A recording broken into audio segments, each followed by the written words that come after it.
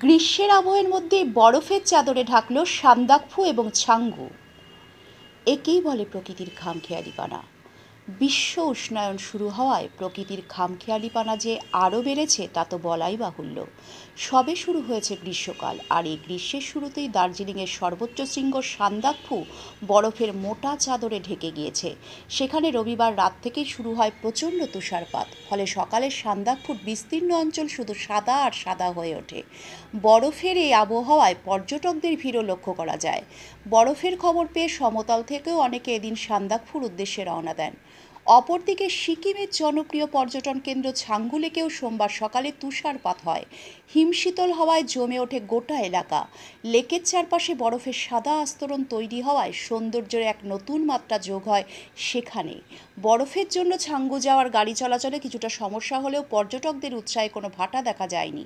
যদিও স্থানীয় প্রশাসন পর্যটকদের নিরাপত্তা এবং রাস্তা পরিষ্কার রাখার জন্য বিশেষ উদ্যোগ গ্রহণ করেছে।